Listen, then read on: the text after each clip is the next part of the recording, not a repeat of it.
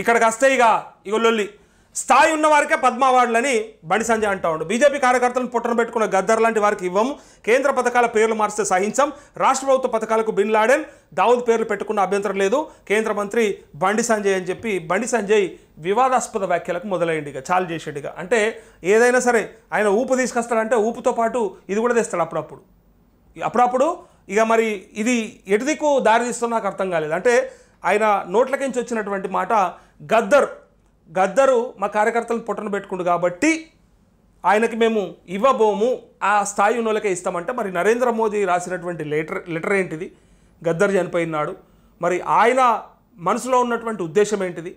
మళ్ళీ ఒకవేళ మరి మీకు పద్మాలు ఇవ్వాలంటే పద్మాలు మీరు డప్పులు కొట్టాలా మీకు మరి, లేదంటే మీకు సపోర్ట్ చేసి ఉండాలనా, ఇంకేదన్నా వేరే ఉండాలనా, మీ పార్టీకి ఏమన్నా ఉపయోగకరంగా ఉండాలనా, దాన్ని బట్టే పద్మాలు ఇస్తారా అనేది చాలామంది అనుమానపడతా ఉన్నారు. ఇంతకంటే ఇక ఇది తారస్థాయి. ఇది ఈ రాజకీయ రంగు పులిమేసిరు దీనికి పద్మాలకి. యాక్చువల్గా ఓ కమిటీ ఉంటుంది, మనకెందుకు వచ్చింది చెప్పు ఆ పంచాది?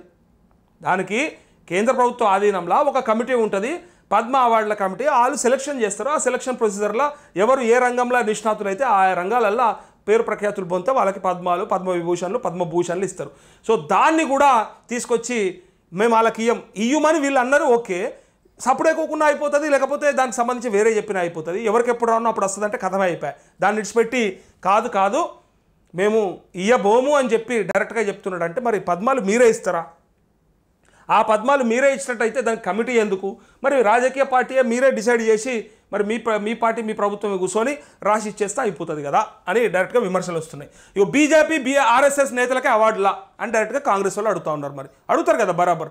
అలా రాజ్యాంగంలో ఎక్కడైనా ఉందా?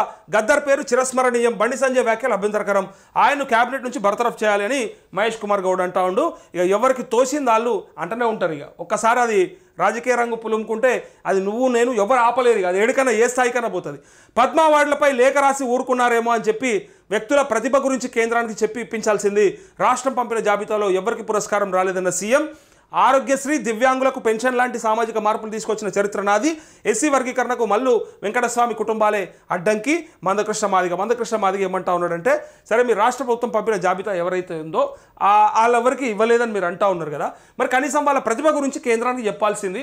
అది చెప్పకుండా కేంద్రంకు మీరు ఏం ఇన్ఫర్మేషన్ ఇవ్వకుండా ఉట్టిగా పేర్లు రాసి పంపిస్తే వాళ్ళు సెలెక్ట్ చేయకపోతే కూడా అది కరెక్టా?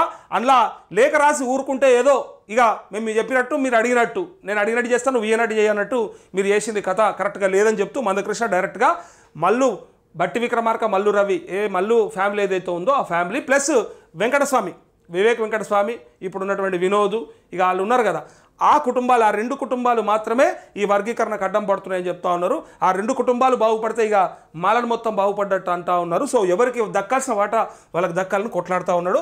అందుకే తనకు వచ్చిన అవార్డు గురించి నిన్న మాట్లాడినటువంటి విషయాలు ఇవి.